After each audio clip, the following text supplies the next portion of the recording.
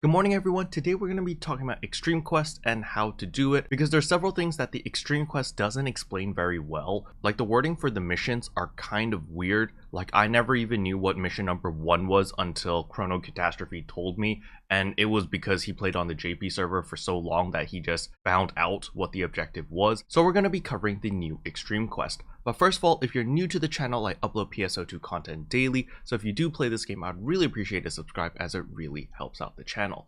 Anyway, without further ado, let's begin the video.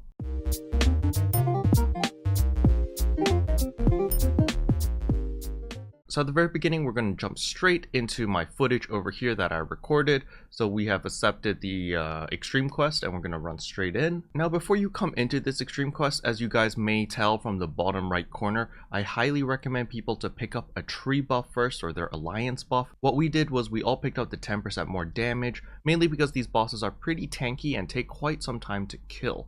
Then right after that, obviously we're going to take a drink as usual, shift a drink, and then we're just going to stock up on our potions as well as eat our jerky as well as our rare drop and all that jazz. The rare drop actually does help quite a bit over here, so I do recommend popping a 250 and all that stuff. Do remember, in order to run this, you will need an Extreme Pass. So there are two payment methods over here. Everyone can just pay one Extreme Pass, or the leader or the host can pay for everyone. Alright, as you can see down here, each member pays separately has been selected as method of payment. Please provide payment at the gate. So everyone needs to pay. Once everyone's clicked confirmed and they've all paid, then we can move on. Alright, you can see here we're just waiting for Kensla, and once he pays we will be able to go in. And boom. So then there'll be a countdown and then we can run in. Once this comes up, you have to wait for this to load up. I don't know why it does that. I guess it's like for dramatic effect. But you can see over here, deal 300,000 damage more than 4 times to enemy within 60 seconds. So the TLDR for this is you need to hit 300,000 in one hit 4 times within 60 seconds. So you can see how the wording can really mess you up. Like I had no idea what the heck the wording is over here. But luckily, since I play a Braver, I can do this 2 times very easily because there will be 2 rock bears. All I need to do is enable katana combat, hit a bunch of times, and then end katana combat in order to hit more than 300,000 on both targets. So that will cover 2 times. And then I'm going to have to depend on my teammates for the other 2 times. But that's pretty much what I do over here. So we're going to come here. And then, yeah, you can see that I'm typing over here, just letting everyone know, hey guys, just deal damage. I'm going to eat my jerky. And then we got Karen over there telling us what to do. And we are good to go. We get teleported here. There's 2 rock bears. So immediately I enable katana combat. You can see that I'm only hitting like what, 61,000, 123,000. Like I don't hit that much, but at the end of katana combat, I'm immediately going to be able to proc it. So you can see there that Karen says, all right, we already gathered the excellent data. I think this is because my brother is playing his force and he's dealing extra damage. So super duper easy for him there. But if I was doing this solo, here's the katana combat, boom. You can see here 483, 483. So these 2 would count as dealing more than 300,000 damage. And then the rest over here is just kill the rock bear. Relatively straightforward after you completed the mission. Alright, this is the second mission. The second mission is the one where most people fail because there's no recovery effects for 60 seconds, which means you're not allowed to use any healing items. However, if you play a class that has automate, for example, you're playing a hunter subclass or a hunter main class, that does not count.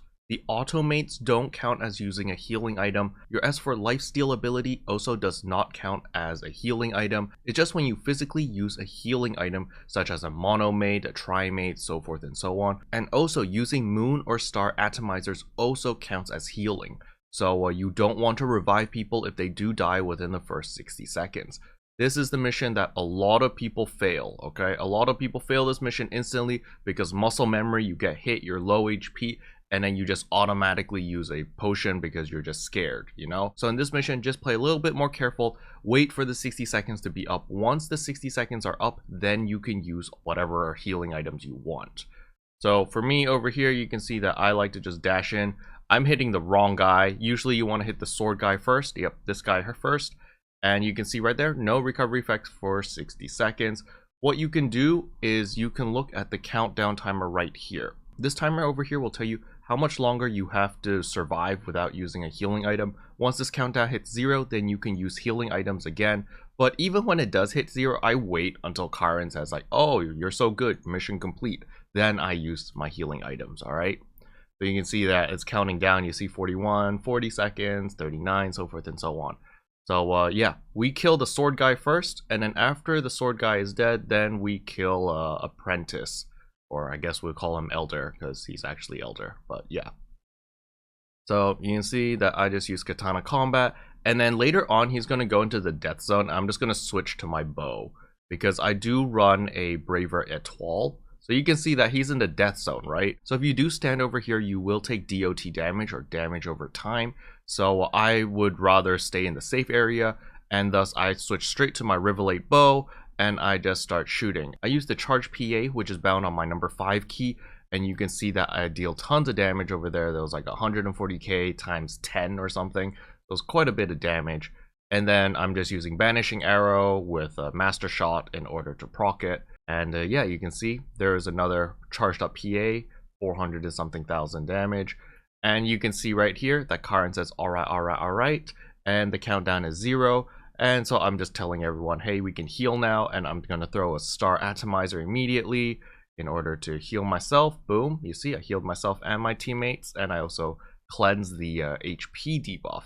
Then we're continuing, we're going to kill Apprentice now. So it's super duper easy. We just kill it, and you can also see that there was a red crystal. So from stage 2 and onwards, whenever you kill the bosses, they will drop these red crystals.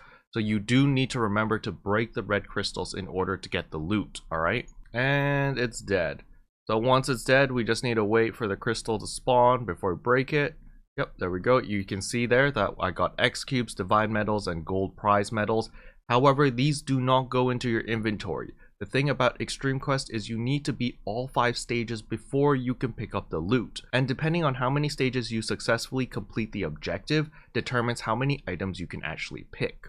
So we're going to continue on, and I'll show you at the end like what I mean by how many items you can pick. So here is the next objective. Objective number 3 is destroy a total of 15 sites of the enemy within 120 seconds.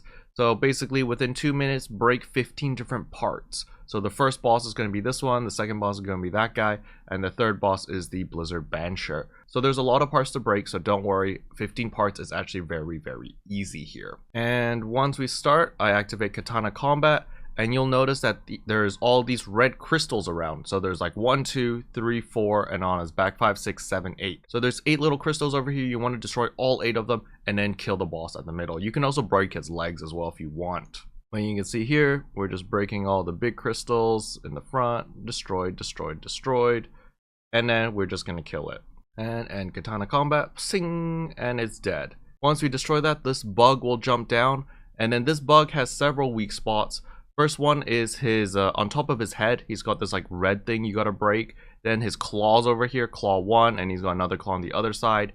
And then his wings. You see this giant wing that flipped up, or that part? You can also break his wings, alright? So you just gotta break his face, his claws, and his wings, and you'll be good to go, alright? So you can see right here that his wings are flipped up, so we have to hit a little bit higher.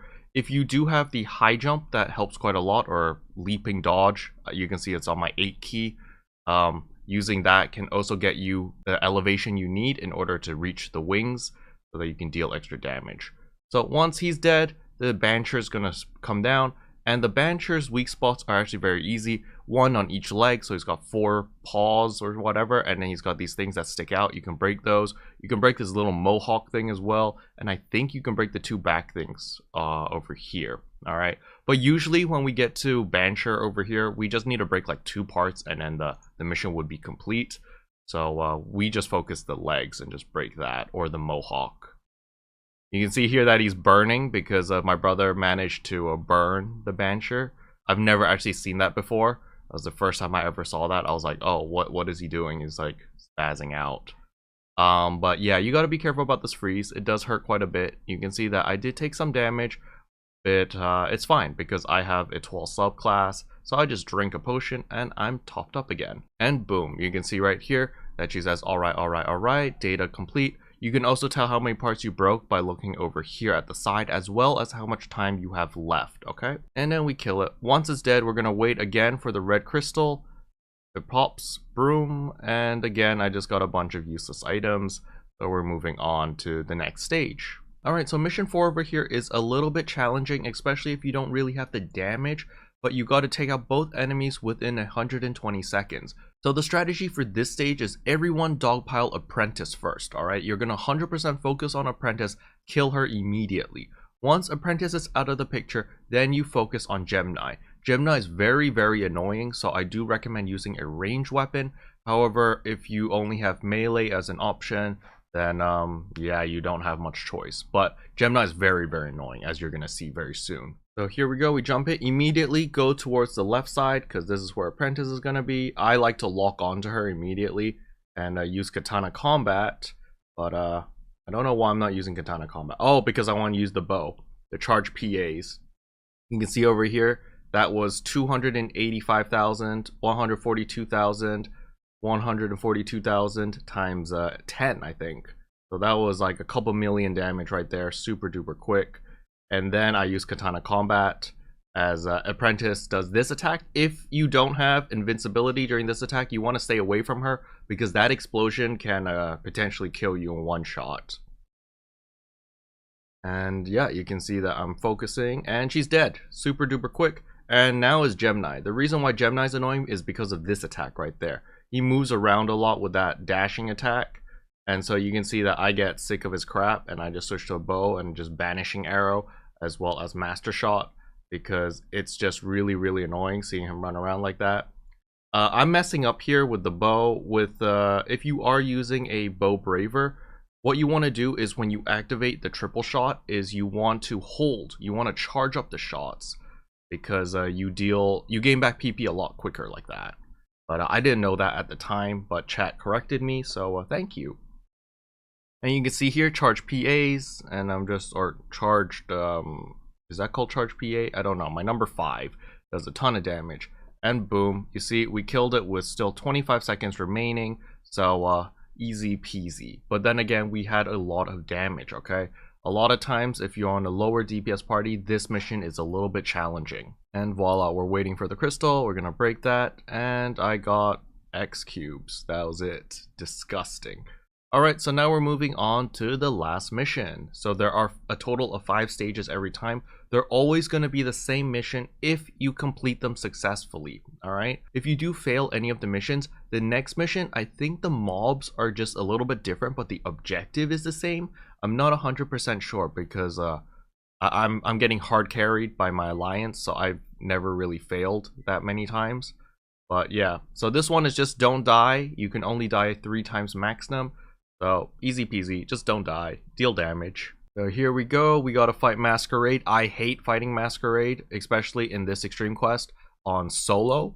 The solo version is very, very annoying because I can't kill him in time. Like by the time I get him to 20%, he has the healing reduction phase and then I just die, which really, really sucks. So you can see here that he moves around quite a bit, which is very annoying, but it is what it is. So you can see here, I'm sick of his crap. I just Katana Combat and hold down left click and deal damage. Yeah. These rings can, there is friendly fire for these rings. You know, you don't want to group up together because you might, you know, freeze your teammates by accident. But here we go. We're going to end Katana Combat. Boom, big damage. And now I'm just going to use my bow and use the charge PAs. 171 damage, 163 damage times 10, big damage. Here we go with the master shots again. And you can still use potions here, by the way, so feel free to use potions to help your team. See, they summoned a bunch of clones because he's past the 25% phase.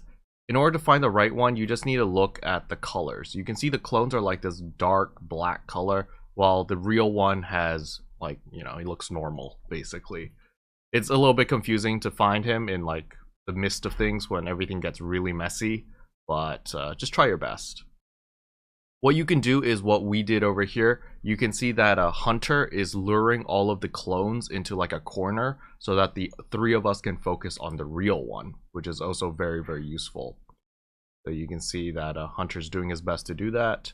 And you can see, yeah, so we get free reign on this guy. As you can see, the guy's over here while all the clones are like behind him hitting hunter. So life is super duper easy. And we should be killing him pretty soon. He should be dead soon.tm. You can see here that I nearly died, but I use a star atomizer and we are good to go. So if you take too long, Karin over here will activate this training equipment over here, which mitigates healing effects. And basically your healing becomes absolute garbage. So, you know, your potions, your lifesteal, all that jazz is just going to get nerfed to the ground, and it really sucks. But for us, it's not that bad because we're going to kill the boss relatively quickly over here. And end my katana combat. Shing! And he's dead. So now we're going to move over. So this is where you can pick up your loot. So all that loot that we got from those crystals, we actually need to talk to this terminal in order to pick them up. So we're going to come over here. We're going to see, we're just going to get more messages from Karin. Ignore that. Okay, talk to the terminal, then go to virtual item vault. And over here, you've got all of your different loot. So you can see on this run that I didn't get anything good. Like, sure, I did get ultimate boosters if you need that. But other than that, I didn't get any units or any weapons. So that really sucks because that's the main big ticket item over here. And you can see over here, item pickup limit. I can pick a total of 8 items from this list over here. However, if I failed any missions, then you would pick up 1 less. So let's say you fail all 5 missions. Then you're going to be able to pick 3 items out of this list. And for every extra mission that you pass, you can pick up 1 extra item, up to a maximum of 8 items. So let's fast forward to my second run to see the loot there. So again, virtual item vault. And you can see over here, the second run was much more successful. We got a bunch of weapons and we got a unit over here with an S grade augment as well as Veterans Resolve 1 and 8 slots, which is very, very nice. But this over here is one of the items that you're going to be farming a ton of, mainly because you want Veterans Resolve, and you want to smash 2 Veteran Resolve 1s together to make Veterans Resolve 2, smash 2 Veteran Resolve 2 in order to make 3, then smash 3 Veteran Resolve 3s to make Veterans Resolve 4, then smash 3 Veteran Resolve 4s in order to make Veterans Resolve 5. So the math adds up to like you need 100 and something of these Veteran Resolve 1s. So you're going to need to farm this a lot. However, I will be explaining that in tomorrow's video on how to make Veterans Resolve and all that jazz. So this is one of the key items that you are going to be farming for. And then of course there are the weapons themselves. You're going to be farming the weapons in order to get the S grade augments off them. So you can see over here that I've got S3 Luminous Rainbow on this weapon, as well as Crack 1, Doombreak 2, all this nice stuff over here. So again, I can use this weapon for future augments, or I can just rip off the S ability, do whatever I really want to do with it. So it's super duper nice. And you can get a whole bunch of different S grade augments from this extreme quest. But yeah, that's pretty much everything I wanted to talk about in today's video. In tomorrow's video, I will be explaining how to get those Veteran Resolves and all those crack and how to make them into Crack 3 or Veterans Resolve 3 in order to sell them on the market so that you can make 4 million, 6 million, 10 million profit every single time. Alright? Anyway, I hope you found the video helpful. If you did, I would appreciate a like and a subscribe, and I'll see you guys in tomorrow's video. Bye! What can I say except you're welcome for the heals, the boosts, the res.